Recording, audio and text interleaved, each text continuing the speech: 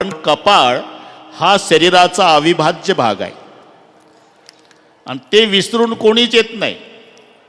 बालचंद्र पाटील एखादा माणूस म्हणाल गायत आलो, घड्याळ विसरलो, मोबाईल विसरलो, पॉकेट विसरलो.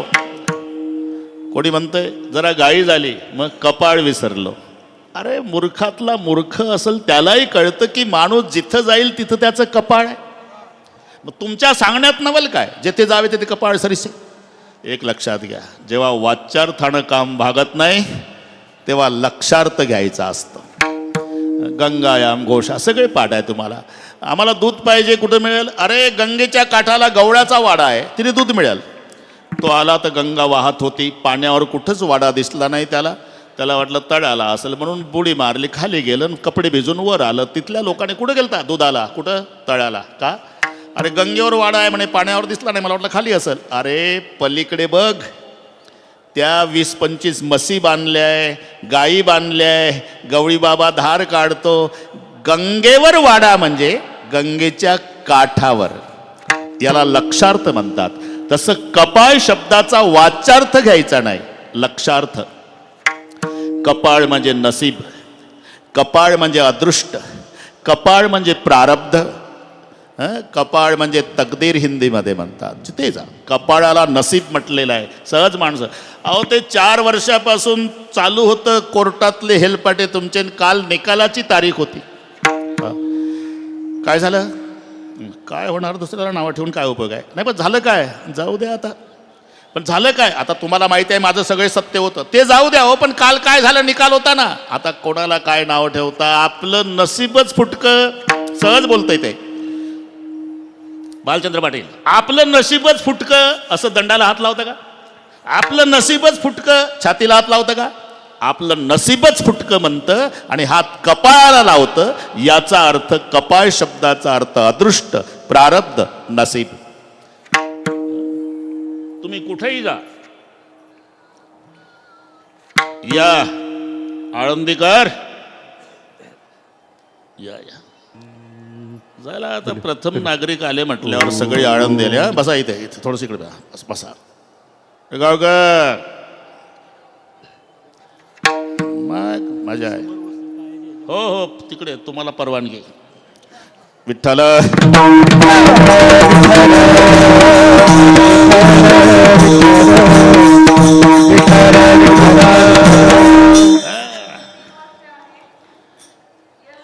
कुठेही जा, तुमच्या सोबत तुमचं कपाळ म्हणजे अदृष्ट, प्रारब्ध, नसीब.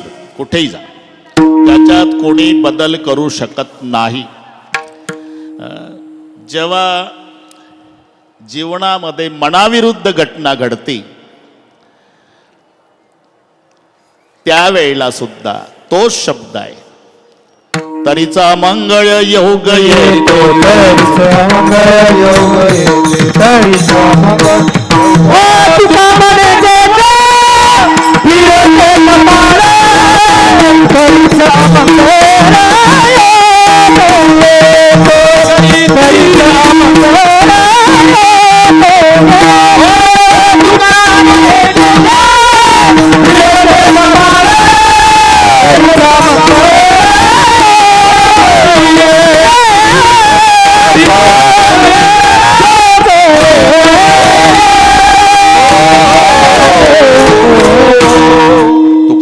जेव्हा फिरते कपाळ तरीच अमंगळ योग येतो.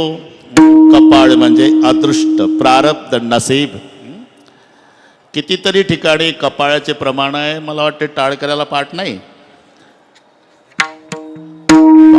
कारण ते नामदेवाचे आहे. रविदासला असेल पाठ.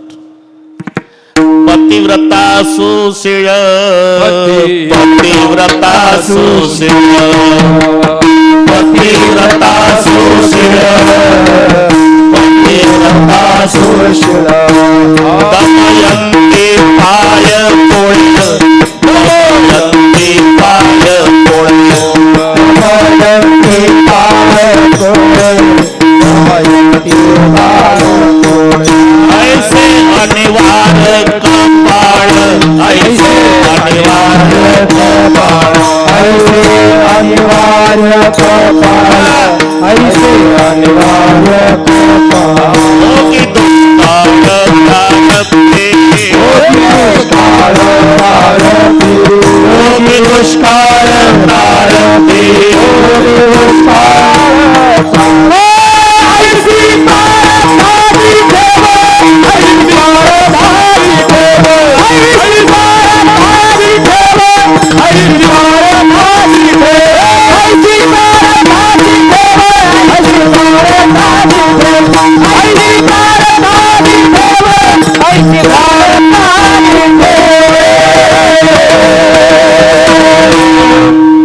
कपाळावर चालू आहे ना बालचंद्र पाटील.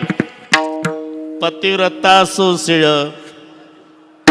दमयंती पाये पोळ ऐसे अनिवार कपाळ भोगी दुष्काळ प्रारब्धे. बस कपाळ, अदृष्ट, नसीब, प्रारब्ध, तुम्ही कुठेही जा कुराडे पाटील, तुमच्यासोबत तुमचं कपाळ आहे, अदृष्ट आहे, नसीब आहे. मग लाभ तो विशेष संत संगे असं म्हणायचं कारण काय? तर प्रारब्धात बदल करण्याची ताकद कोणात नाही, ती भोगावंच लागतं. कारण पिलब्ध पहिले रचा पाछे रचा शरीर, तुलसी चिंता क्यों करे भज भज रे रघुवीर. आधी रचना प्रारब्धाची आहे आणि मग देहाची आहे. हे नसल पटत. आधी रूळ टाकले, रूळ, मग रेलगाडी धावली. आता रुळाला वळणं असतात की नाही. ड्रायव्हर खूप हुशार आहे, खूप हुशार आहे. त्यानं जर ठरवलं आता 10 किलोमीटरचं वळण घेतल्यापेक्षा सरळ गाडी आपण पुण्याच्या स्वारगेटला आळंदीहून नेऊ, त्याच्या बापान तरी जाईल का?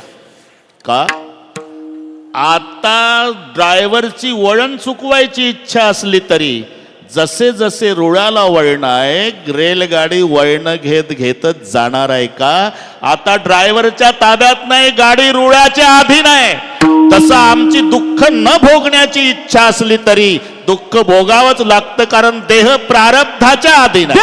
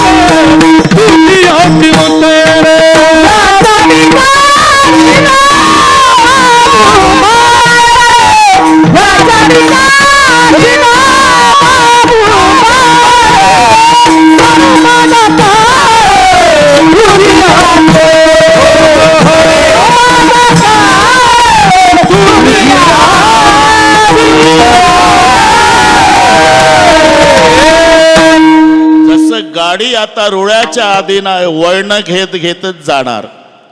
तशी बॉडी आता प्रारब्धाच्या अधीन आहे, दुःख भोगावंच लागणार का? देह तव आहे प्रारब्ध अधीन. बस आपलं कपाळावर चालू आहे. आता नुसत्या कपाळावर कीर्तन होईल एवढे प्रमाण आहे. ए हो म्हणत जा ना, होला काही खर्च आहे का?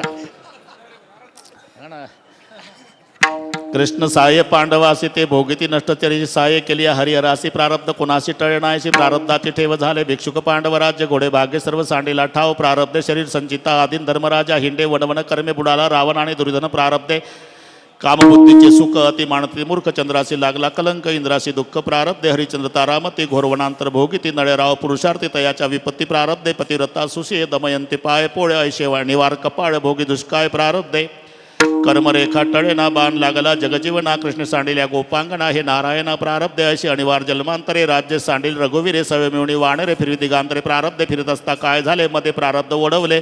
जानकेस राक्षसे नेले दुःख भोगविले. प्रारब्धे संचिता आदिन शरीर पूर्ण ब्रह्म रामचंद्र रघुपती विष्णूचा अवतार. पाठी जन्मांतर नामा म्हणे. पाहता काय माझ्याकडे? म्हणून देव असू द्या नामा म्हणे कर्म रेखा.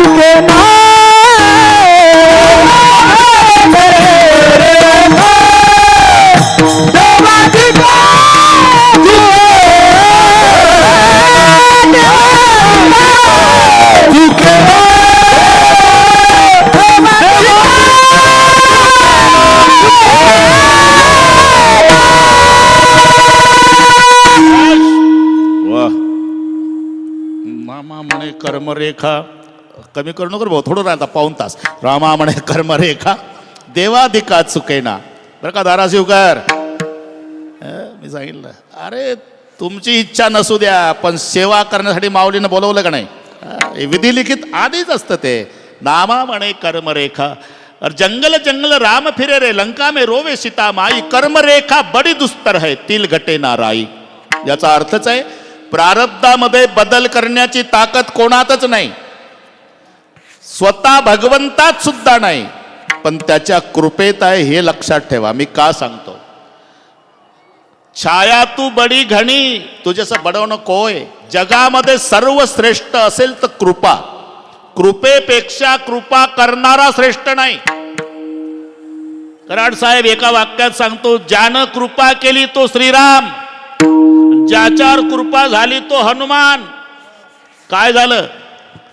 ज्याच्यावर कृपा झाली तो एका उडीत लंकेत गेला, ज्यानं कृपा केली तो पुलावून चालत चालत गेला. हे तर घरी गेल्यावर डोकं चालवाडा.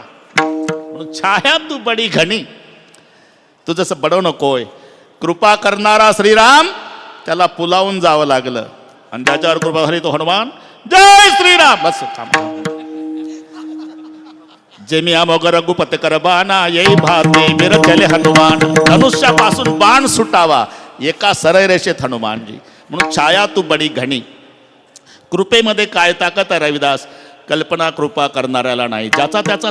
शक्ति में क्या मस्ती है बातें पहलवान को पूछो, और भक्ति में क्या मस्ती है बातें संतन को पूछो. ज्याचा त्याचा विषय ठरलेला आहे. शक्तीतली मस्ती पहलवानाला विचारा, नाही तर पाव बटर खाऊन वजन कमी केलेलं पेपर वाचून गावात बाता मारतं. लय ताकद कोणात? दिल्लीच्या सतपाल पहलवानमध्ये. तू लावला होता का हाताला हात? अरे दिल्लीच्या सतपाल पहलवानमध्ये खूप ताकद. बरं का इंगडे, मोबाईल ठेवून द्या. दिल्लीच्या सतपाल पहलवानमध्ये खूप ताकद, हे शब्द कोल्हापूरच्या युवराज पाटलाच्या मुखात शोभायचे. त्याची झाली. तू बटर खाऊन म्हणतो लय ताकद. शक्ति में क्या मस्ती है बातें पहलवान को पूछो, और भक्ति में क्या मस्ती है बातें संतन को पूछो. बाळाचं मुख पाहण्याचा आनंद बाळाच्या आईला विचारा. बाळाला नाही कळत. अर्धा मिनट घेतो. नंद नंदन जब कन्हैया लालजी नंद बाबा के आंगन में नंगे पाँव घूमते, जसोदा मुड़मुड़ कभी छाछ गिरा देती, मटका फोड़ डालती, दधी गिरा दी. तो कन्हैया गुस्से में आकर के बोलता, माँ मैं तेरा तो बेटा कहीं भागने वाला नहीं, एक बार पूरा काम कर लो. छाछ गिरा रही, मटका फोड़ रही, दधी गिरा रही, तो भी मानती नहीं. जसोदा दोबारा है, और क्या देख रही माँ?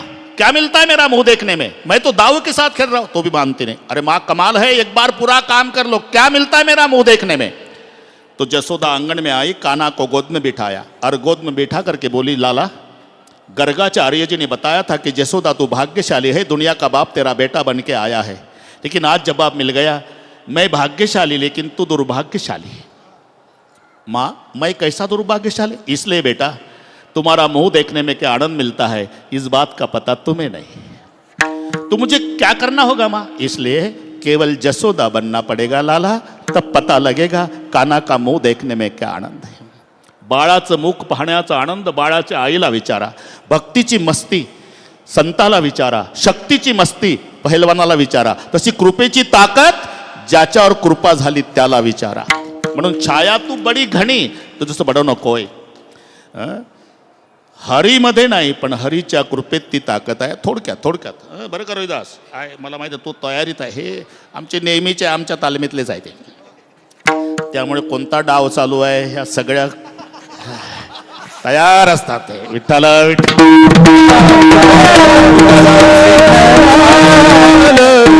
मी सांगत असतो बाबा, कुठं नका येऊ, पण विश्वशांती केंद्र आणि उद्या केंद्रे महाराज कडचं 4 ते 6, बस एवढे 2 भागून देत जा, मग निघून जात जा घरी. कारण बोर्ड यांच्यासाठी लागले, आपली कोणीतरी वाट पाहत आहे, आम्हाला कोणी पाहत नाही. जात जा. ठीक आहे, मजा आहे. अतिपर्याची बस. हरीमध्ये ताकद नाही, ती ताकद हरीच्या कृपेत आहे. आपण थोडंसं सर्वांना माहिती आहे. सुदामा ब्राह्मण दुःखे दारिद्र्य पिढीला. बरं कुराडे पाटील, ती खुशीत येऊन बायकोला म्हणतं, तिचं नाव सुशीला. अगदी 2-3 मिनिटात, तू टेन्शन घेऊ नको. सुशीला जे, अरे जो द्वारिका का राजा बना है कृष्णचंद्र भगवान, हाँ मेरा बाल सखा है। बाल सखा, अरे बाल सखा नहीं देवी, लंगोटिया यार। एक संग रहते थे, एक संग खाते थे, सोते थे, विद्या पढ़ते थे, गुरु ग्रह तब की बात है। एक दिन मैं नहीं दिखा तो मेरा कृष्ण आश्रम में सुदाम सुदाम करके रोता था, बहुत प्यार करता था देवी, लेकिन प्रारब्ध का खेल है ना, वो द्वारिका का राजा हुआ और मैं झोपड़ी में रहता हूं। सहज पत्नी म्हणाली, तोरे मित्र कृष्ण भगवाना सहत दुःख नाना।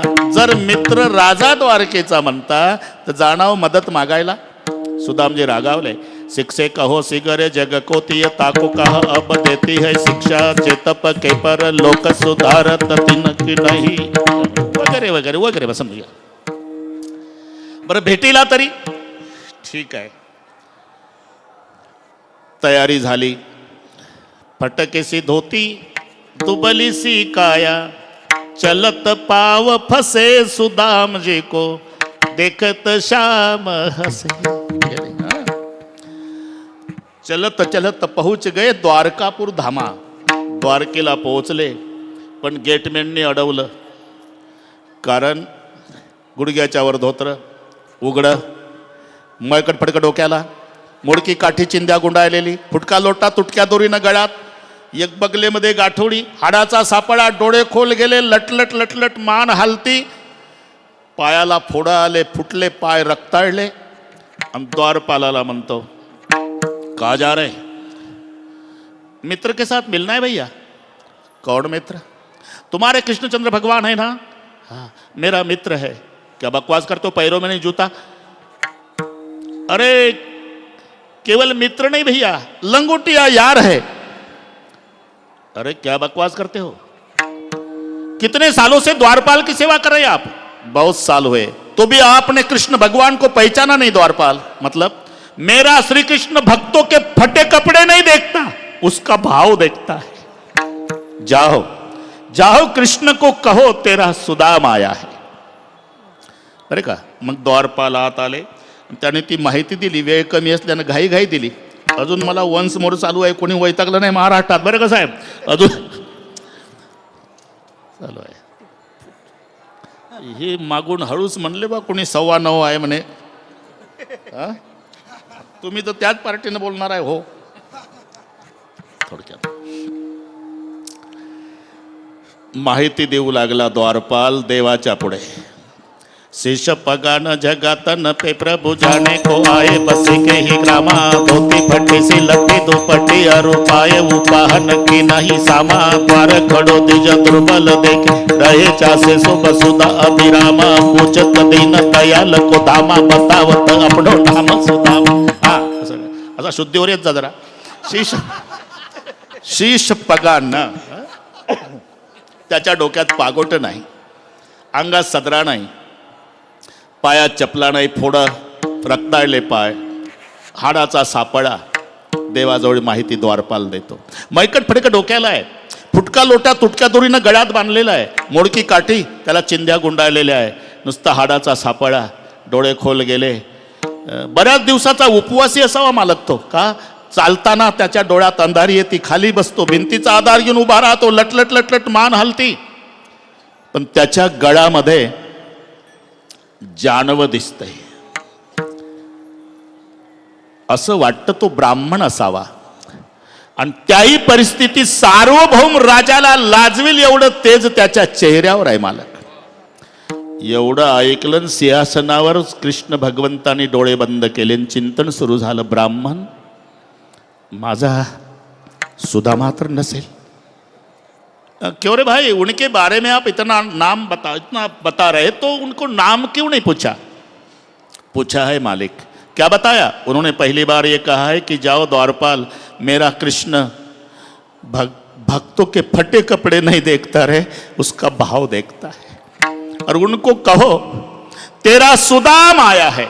एवढा शब्द ऐकला, उठे श्याम दौडे नंगे ही पैरो, उडी टाकली देवानंद जी, पळत निघाले, पळत पळत पळत गेले, आणि दारातल्या सुदाम्याच्या गळ्याला बिलगू बिलगू रडले, आणि रडून आवाज देतात, सीना में सीना मिला करके रोया, पुकारा कि रुक्मिन गरीब आ गया। रुक्माई माझा गरीब मित्र सुदामा आला. देव रडत होते, पण सुदामजी अश्रू येऊ देत नाही. ताकद लावू लावू जिरवायचे, का त्यांना रडू येत नव्हतं. पण सुदामजीने विचार केला, दरवाजा कृष्णदेवाचा आहे, तो रडतो ठीक आहे, पण मी जर याच्या दारात रडलो तर याचा गैरसमज होईल. हे भिकारी बम्मन रो रहा कुछ मंगणे आया है, असं माझ्या देवबाप्पाला वाटू नये म्हणून ताकद लावून अश्रू जिरवायचे. आत घेतलं बरं का रविदास, आत घेतलं, पाय वगैरे धुतले आणि एक देवाची डोळे भरून आले ती अवस्था पाहून. सुदामा, अरे माझं तुझ्यावर केवढं प्रेम, तुला आठवतं आपण एकदा सरपण आणायला जंगलात गेलो होतो, तुझ्या पायात काटा भरला रे सुदामा, आठवतं देवा. मग मी मांडी घातली, तुलाही बसवला, तुझा पाय माझ्या मांडीवर घेतला, काटा निघेना,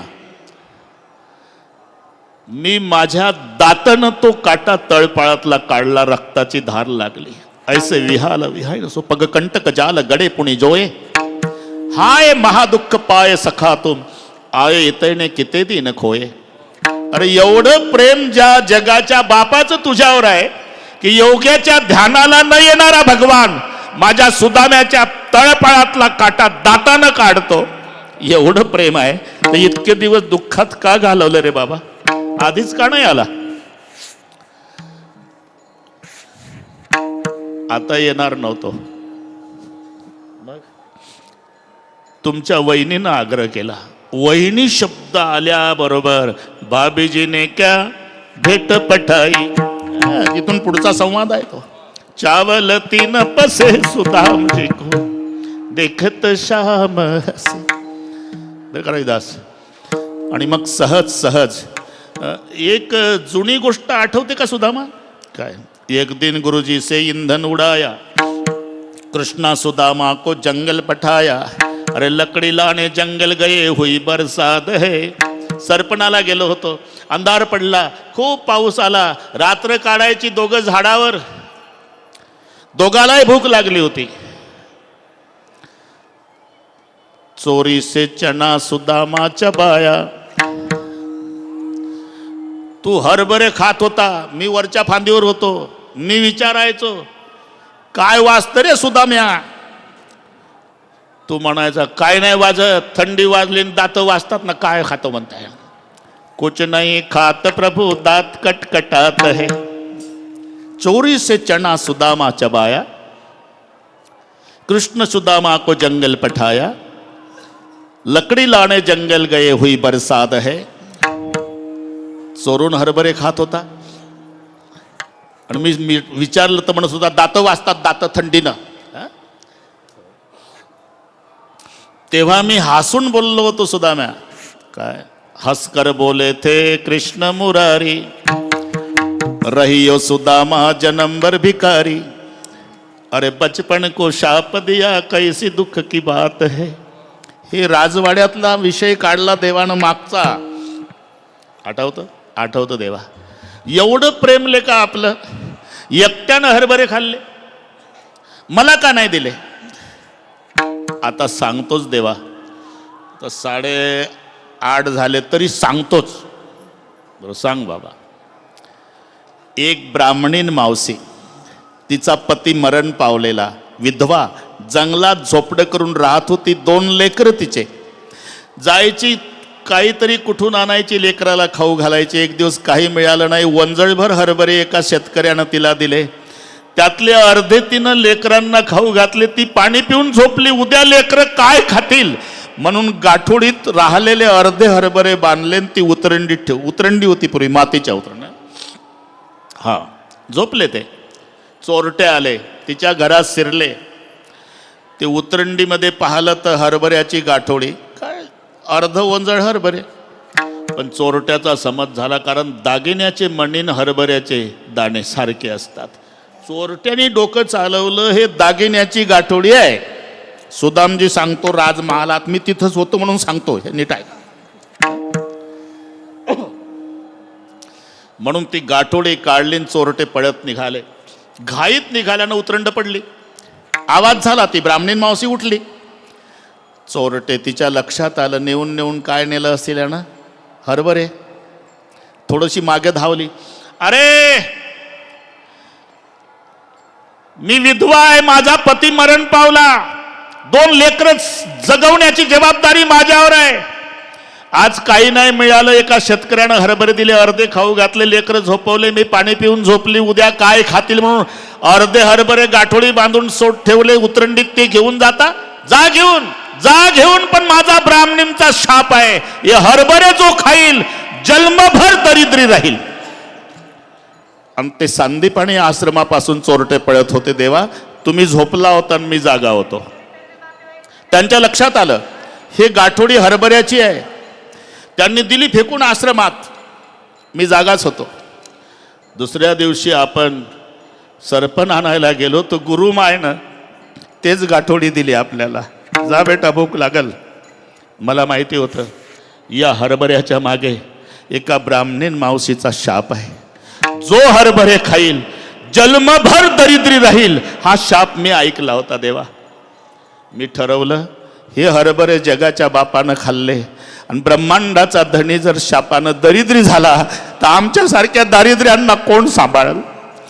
म्हणून विचार केला देवा, माझ्यासारखे हजारो दरिद्री झाले तरी चालेल, पण माझा देव दरिद्री होता कामा नये, म्हणून तुम्हाला तो शापित हरभऱ्याचा एक दाणा दिला नाही.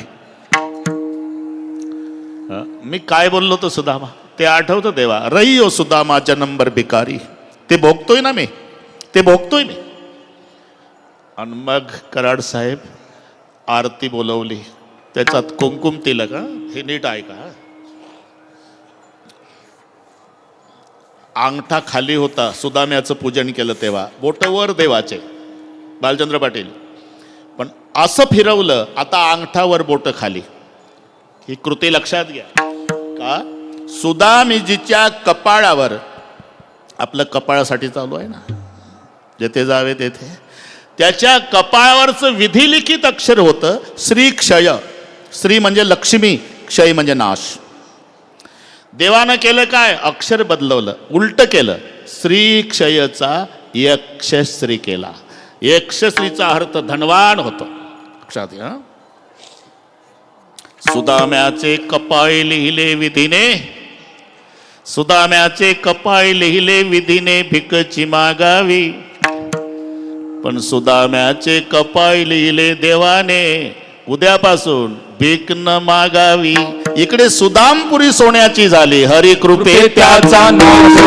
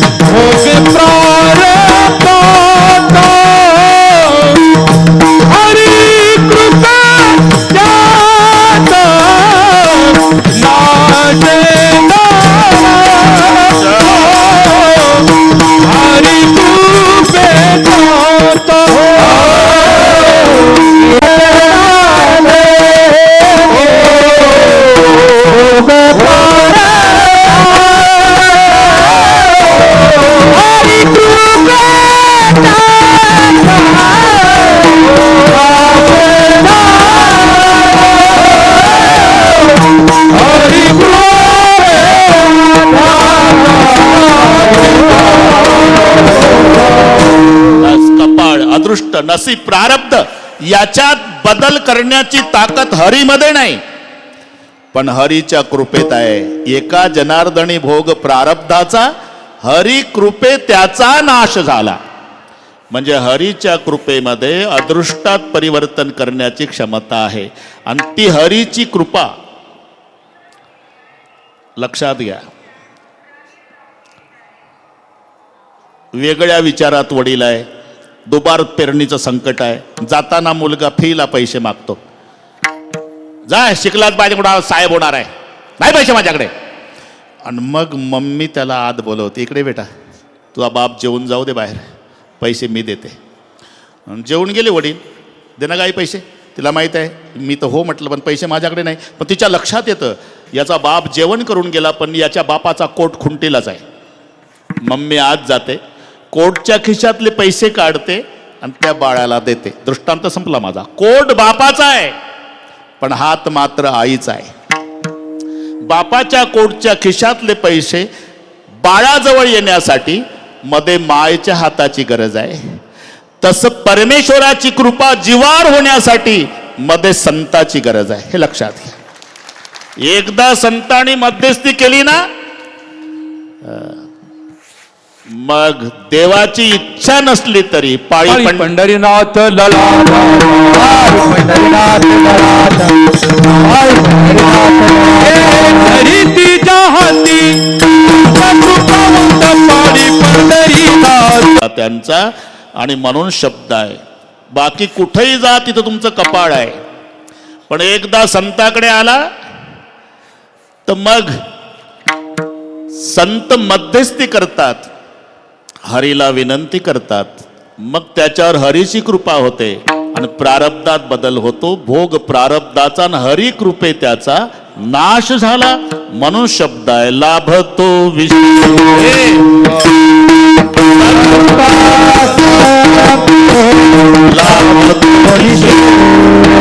लाभतो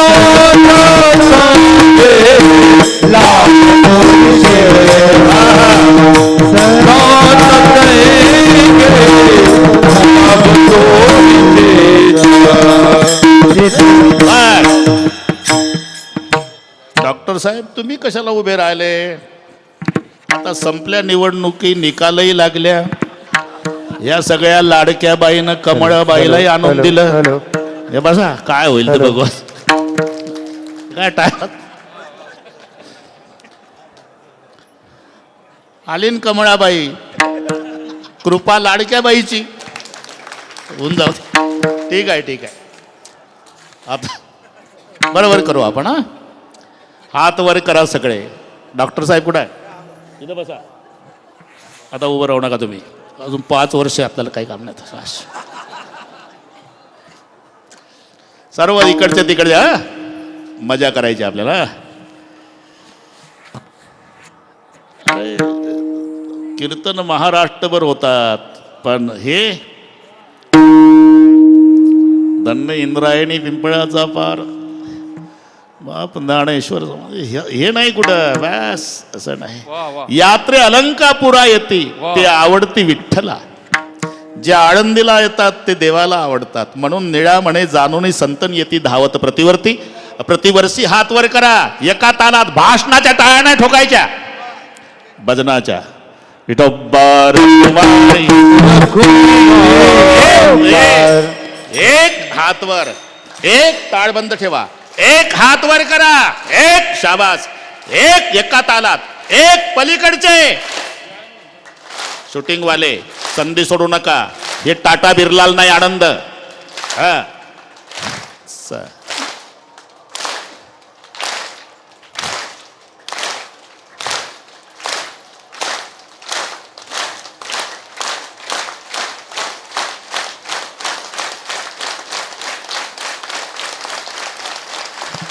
हा सुख सोहळा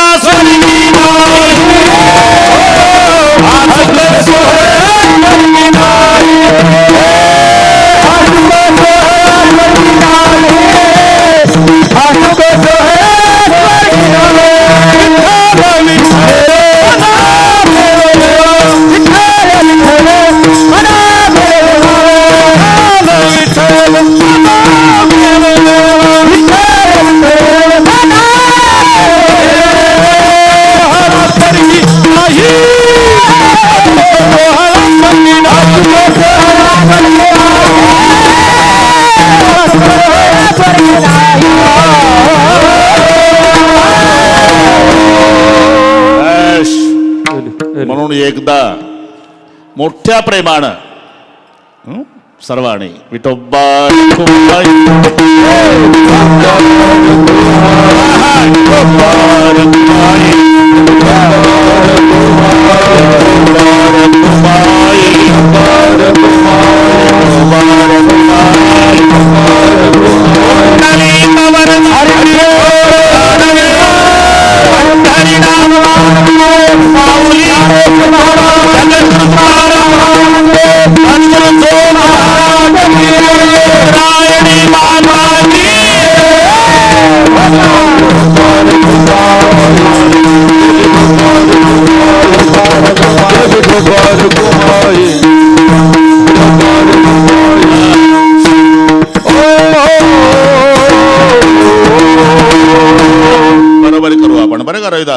चाल आता म्हणू द्या मधली, पुन्हा चाल नाही. मला 15 मिनिट वाढून दिले डॉक्टर साहेबांनी, त्यांचे आभार मानतो. त्याच्या आधी 1 मिनिट घेतो बरं का. आमचे गणपतरावजी कुऱ्हाडे पाटील, इंद्रायणी परिक्रमा बरं का पाटील. आम्ही आहो पाठीमागं, अजिबात घाबरायचं नाही. मला त्यांचा इथे सत्कार करायचा आहे. आता साहेबांना बसू देतो, त्यांना त्रास आहे. ते कपडे द्या, त्यांचा तसाच कलर आणला मी बरं का पाटील. कपडे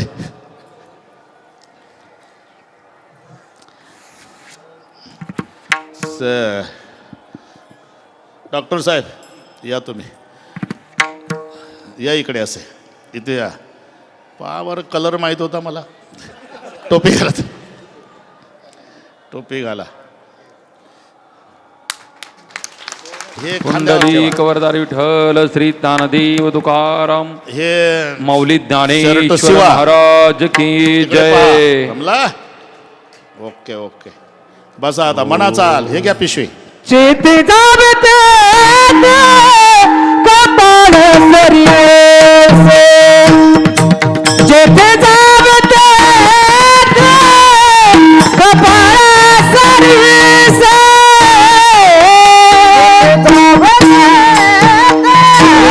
आवाज दे ना. आवाज बाहेर आहे, लक्ष दे भाऊ थोडस. माईक बंद आहे, लक्ष दे माईक लक्ष दे. आवाज दे, आवाज दे. लाभतो विशेष संता संगे लाभतो विशेष संता संगे पूर्व पुण्याचा होती साधुको पूर्व पुण्याचा होती साधुको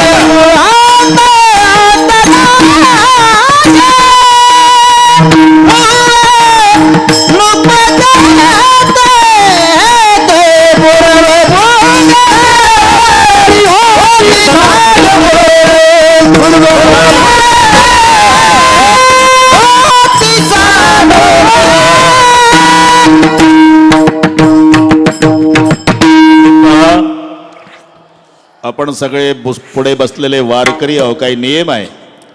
तुम्ही कीर्तनाच्या मधूनच उठून चालला आणि आला तर वारीसाठी. गावगाड्यात असल्यावर घरी जातं आम्हाला कळतं, पण आता जाऊन कुठे जाणार? रावटीत.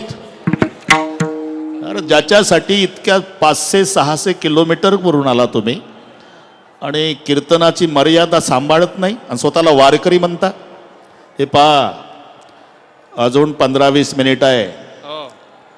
त्याच्या कीर्तनाच्या आधी उठून जाणं म्हणजे साक्षात ज्ञानोबारायाचा अपमान आहे. हा अपमान माऊली सहन करतात, ते आईचं हृदय आहे. पण जगाच्या बापाला राग येतो, राग येतो देवा. ज्यांना ज्यांना जायचं आहे अजिबात उभे राहू नका, काही गरज नाही तुमची, जा निघून. पण ज्यांना खरंच बसायचं आहे ते उभे राहा. आता तुम्ही थांबणार आहे ना सगळे? हां ठीक आहे. ते गेले आता, ते पंगत तिथं वास आला असं जिलेबीचा यांना. पंक्ती बसल्या ना तिकडे. जिलेबी मला वाटलं हे यांना वाटलं झालं चाल जय विठ्ठल चालले चाल म्हणाले. जिंदगी जब तक रहेगी फुर्सत ना मिलेगी काम से, कुछ समय ऐसा निकालो प्रेम कर लो राम से. अरे मर्यादा आहे. ज्ञानेश्वर माऊली जय विठ्ठल मग कीर्तन संपलं म्हणजे आम्हीच म्हणत नाही थांबा म्हणून. लक्षात घ्या थोडी मर्यादा सांभाळा बस. विठ्ठल विठ्ठल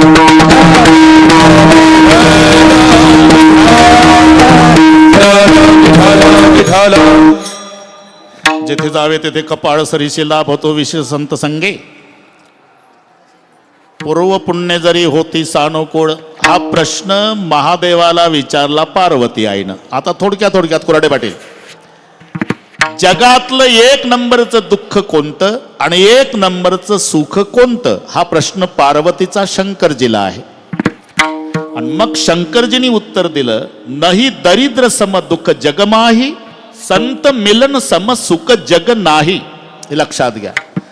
दारिद्र्यासारखं दुःख नाही पार्वते. त्याच्यातही साहेब श्रीमंती उपभोगून जर दरिद्री झाला, दरिद्री भोगलेला श्रीमंत झाला काही नाही, पण श्रीमंती भोगलीन तो जर दरिद्री झाला आणि त्याच्यावर जर्मनच्या ताटात बाजरीचं पीठ मागायची जर वेळ आली तर लोक बोटं दाखवतात. माहिती आहे का कोण आहे? कोण आहे? अमुक गावचं पाटील. ते पाटील आणि त्याच्या दारात 10 भिकारी रोज जगायचे. तेच पाटील 6 महिने झाले आमच्या गावात येतं दारात उभं राहून म्हणतं काकी आहे का शिवी पाकी. हे ऐकल्यावर पाटलाला वाटतं आता उद्या पीठ मागायला यायचं नाही, कोणाला रोगोर मागायचं, उसात जाऊन मरून जायचं. का नाही दरिद्र सम दुःख जगमाही. दारिद्र्यासारखं दुःख नाही पार्वते आणि संताच्या मिलनासारखं सुख नाही. नाही दरिद्र सम दुःख जगमाही, संत मिलन सम सुख जग नाही. मग दुसरा प्रश्न, मग संत भेटतात कशाने? त्याचं उत्तर दिलं, पुण्य पुंज बिनु मिल नाही संता. पूर्व पुण्य जरी होती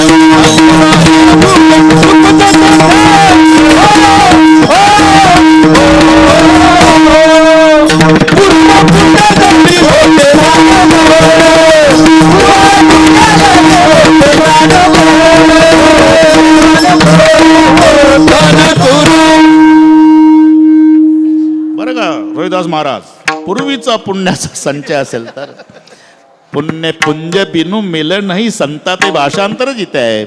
पूर्व पुण्य जरी होती अनुकूळ अंतराय मूळ निपजित येते. मग आम्ही ज्याला अदृष्ट म्हणतो, प्रारब्ध म्हणतो, नसीब म्हणतो, भाग्य म्हणतो, हे भाग्य नाही. भाग्य आहे पण खरं भाग्य नाही. भाग्य तरी नोय धन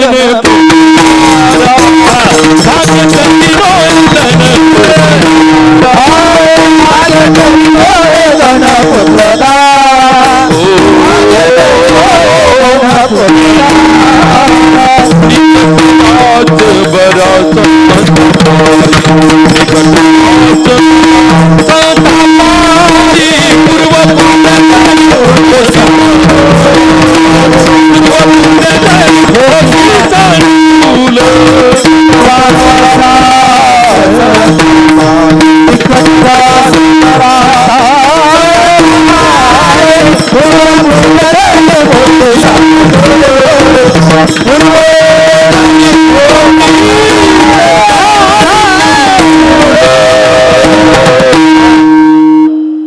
भाग्य आहे पण खरं भाग्य नाही. तुका म्हणे धन भाग्य अशाश्वत जाण, शाश्वत भाग्य नाही. हे तिन्ही ठिकाणी लावायचं. भाग्य तरी नोहे धन, भाग्य तरी नोहे पुत्र आणि भाग्य तरी नोहे दारा. कारण शेवटच्या दिवशी याचा काही उपयोग नाही. शेवटी एवढंच आपल्या सोबत येणार आहे जे तुम्ही आता 7 ते 9 बसलेला आहे. माझं खोटं असेल तर घरी गेल्यावर मरून पहा. काय ठेवत नाही, असे नाटकं करतात रडणारे. तुम्हाला खरं समाजाचं प्रेम पाहायचं असेल तर मरून पहा. जन्मात जे चांगलं बोललं नाही तुम्हाला ते त्या दिवशी चांगलं बोलतं. प्रेत यात्रेत माणूस होता, राव हिरा होता. त्याचं आपलं नाही जमलं जन्मभर, कारण त्याला खोटं जमत नव्हतं आणि तुला खरं चालत नव्हतं म्हणून तो जमत नव्हतं. ते प्रेत यात्रेत बोलतंय. बरोबर नाटक करणारा ते म्हातारं मेलन बिग बाय. बरं का रोहिदास, बिग बायर आली 5 ग्रामची रे कानात. म्हातारं काढलं. म्हातारीच्या लक्षात आलं, म्हणले हे मरता मरता 40,000चं वाटोडे करून चाललं, 10व्याचा खर्च उरकल तेवढ्यात म्हातारीला काढता येईना, जाऊ देता येईना. म्हातारीनं डोकं चालवलं, आपण तर काढायची नाही पण याच्यासोबत जाऊ द्यायची. बरं का कुराडे पाटील, म्हातारी प्रेत न्हायला काढल्यावर आली आणि पावलं धरून रडू लागली. ही नीट आहे का धाराशिवकर? पावलं. आणि तुमच्या पायात जोडा कसा शोभत होता. लोकांचं लक्ष पावलाकडे गेलं. तिच्याही लक्ष आलं, रडण्याकडे लक्ष आलं माझं. मग वर्णन वर सुरू झालं. रोहिदास टेरेकाठच्या धोत्राशिवाय नेसला नाही. मग लोक वर बघू लागले. तिला हळूहळू स्टँडवर यायचं ना, बिग बाईत आहे तिकडून चाललं ते. बालचंद्र पाटील मग कमरेवर चांदीच्या हा करगोट्याशिवाय बांधला नाही. मग वर्णनवर आलं. नेहरू सदऱ्याशिवाय घातला नाही. मग गळ्यावर साखळी कशी शोभत होती. आणि जेव्हा कानावर अजूनही तुमच्या कानात, इथं थांबली. मग नाव घालायचं लक्ष गेलं. राव बिग बायर आली, काढा तेवढी.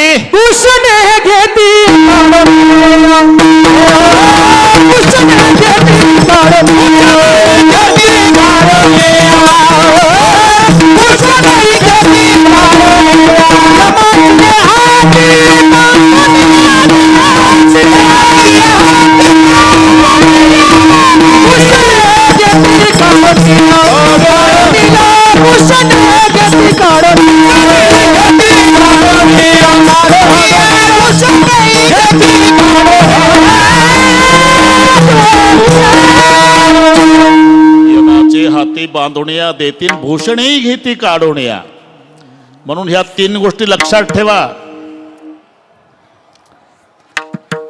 बुढ़ेपे में काया साथ नहीं देती, अंधेरे में छाया साथ नहीं देती, और मरते समय धन की माया साथ नहीं देती. बस हे इथंच राहतं. भाग्य तरी नोहे धन, भाग्य तरी नोहे पुत्र. का ते फक्त 25 फुटावून फिरतं, चटका लागू नये मडकं फिरवायला. भाग्य तरी नोहे दारा, देहग्रहाची कामिनी तिथवर राहिली भुवनी. मी जळत असे स्मशानी, अग्नि सवे एकला. आराम के है सब संग साथ, जब वक्त पड़ा तब कोई नहीं. मतलब के है लोग सभी, दुनिया में किसी का कोई नहीं.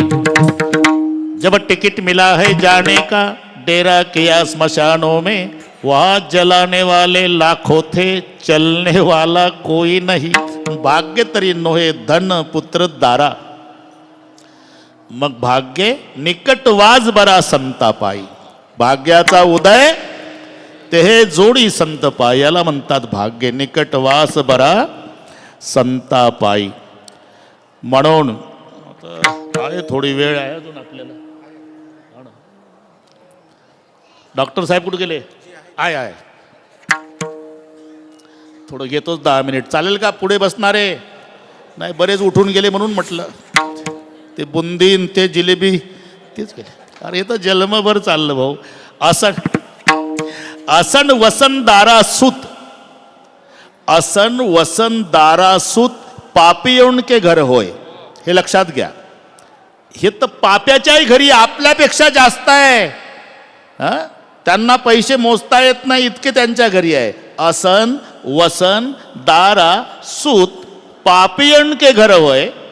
संत समागम हरि भजन तुलसी दुर्लभ होय. म्हणून निकटवास बरा संत.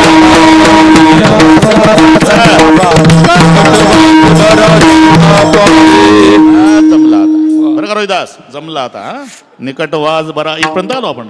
निकटवास बरा संताबाई. बालचंद्र पाटील इथपर्यंत आलो. थोडं राहिलं आता. ते कबीर महाराज 5-7 मिनिटं लागतील. कबीर महाराज आपल्या पंढरपूरला यायचे विठ्ठलनाथाच्या दर्शनाला. काय वारकऱ्यासोबत परिचय झालेला वगैरे वगैरे वगैरे.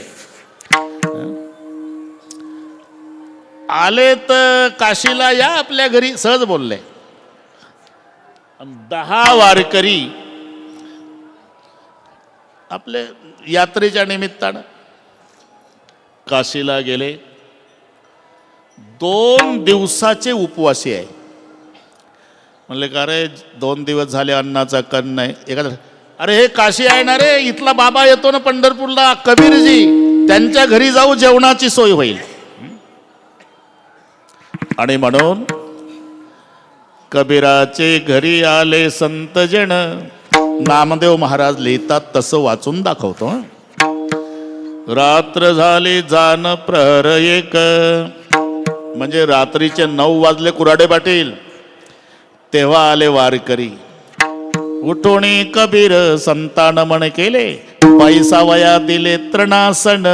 गवताचं आसन बसायला 10 वारकऱ्याला आणि कबीरजी आत आले. हे पांडुरंगाचे भक्त आपल्या घरी आले. आता 9 वाजले.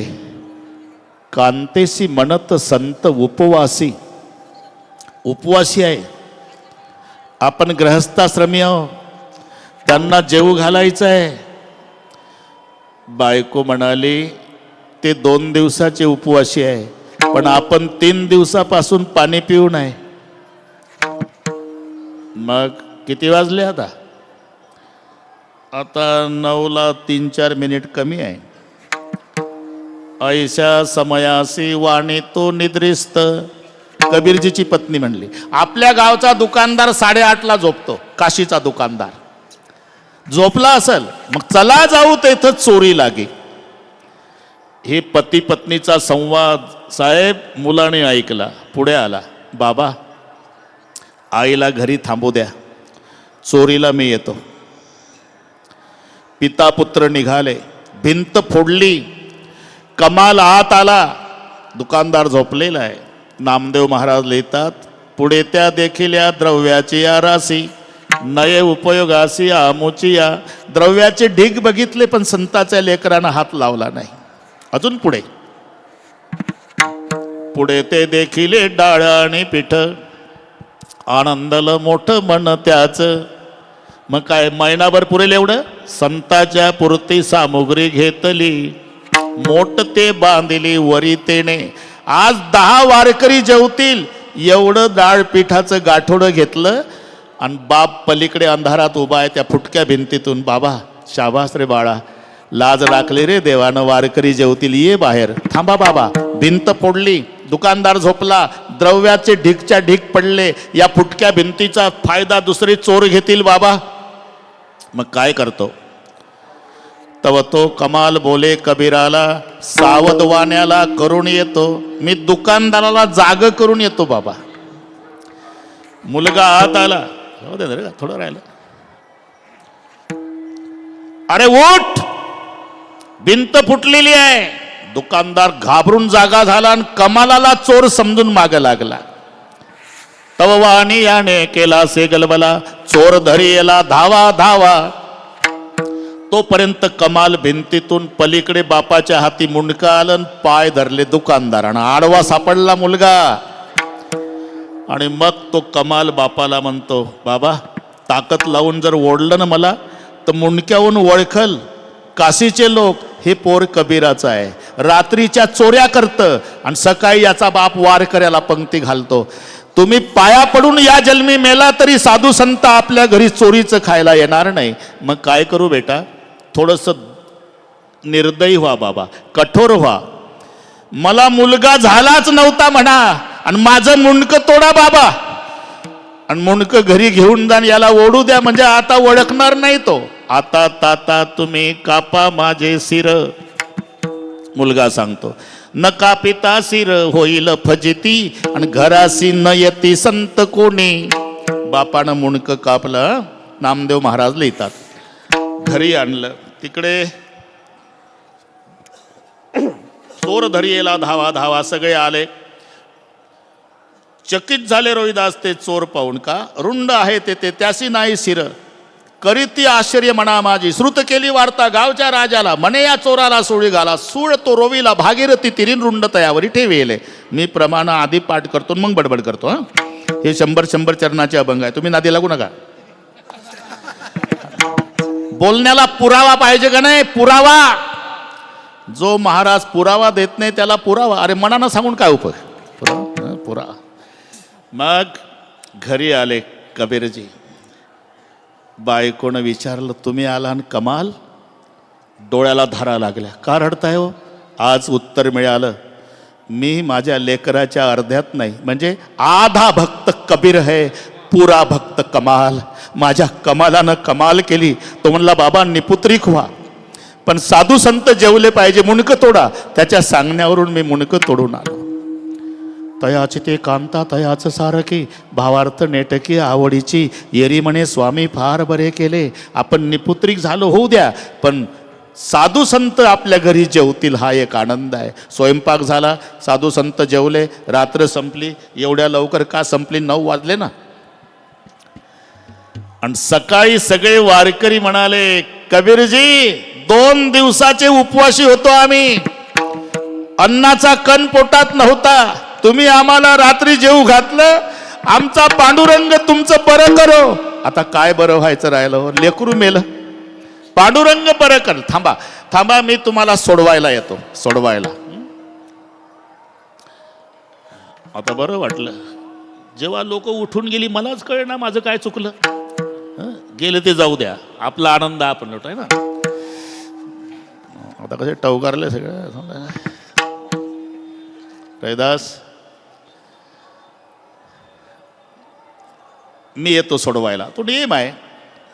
म्हणून भागीरथीच्या काठानं निघाले बरं का जाधव महाराज. तो सुळावर बिना मुंडक्याचा देह लटकलेला, आणि हे झेंड्यावाले वारकरी आले. सुळाजवळून जात असताना त्या वरच्या लटकलेल्या बिना मुंडक्याच्या शरीरानं असे हात जोडायला सुरुवात केली. हे चकित झाले. वारकरी म्हणले, कबीरजी तुम्ही काशीचेच आहे ना? हो. आम्ही भारतभर तीर्थयात्रा करतो, जिवंत माणसं आम्हाला शालूट ठोकत नाही. हे सुळावरचं बिना मुंडक्याचं नमस्कार करतय राव, काय नवल आहे. कबीरजीनं ओळखलं माझंच पोर आहे, पण तसं सांगितलं नाही. मला असं वाटतं वारकरी दादा, या लेकराच्या घराण्यात साधू संताच्या सेवेची परंपरा चालत आलेली असावी, आणि साधू संताचं दर्शन न घेता हे लेकरू मेलं असावं, आणि साधू संताच्या दर्शनामध्ये त्याची वासना राहिली असावी, म्हणून दंडवत केला त्याने.